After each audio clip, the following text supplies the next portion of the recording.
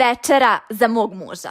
Pa ljudi moji, kucnuo je i taj čas. Kucnuo je čas da vam pokažem kako pravim čarobne špagete. Za početak potrebno je iseckati luk makazama. Nemojte posle da mi pišete jel baš mora makazama. Mora. U tome je i tajna. U tome se krije čarolija. Nakon toga u tiganj stavljamo ulje. Takođe je neophodno da to uradite baš na ovaj način. Na ulju ćemo kratko prodinstati luk. Zatim dodajemo mleveno meso, začine i dinstamo još koji minut. Dodajemo vodu i kuvamo oko pola sata. Nakon pola sata dodajemo paradajz sos i kuvamo još 10 minuta. Testeninu skuvajte po uputstvu koje piše na pakovanju i sve lepo promešajte. Još jednom ću ponoviti, svi će vas pitati kako su vam špagete tako magičnog i nezaboravnog ukusa. A vi ćete se samo slatko nasmejati, namignuti i u sebi reći makaze kriju tajnu. Magija je u makazama. Isprobajte obavezno ovaj recept, snimite proces pravljenja, tagujte vašu frau Jovanu i zahvalite mi kasnije.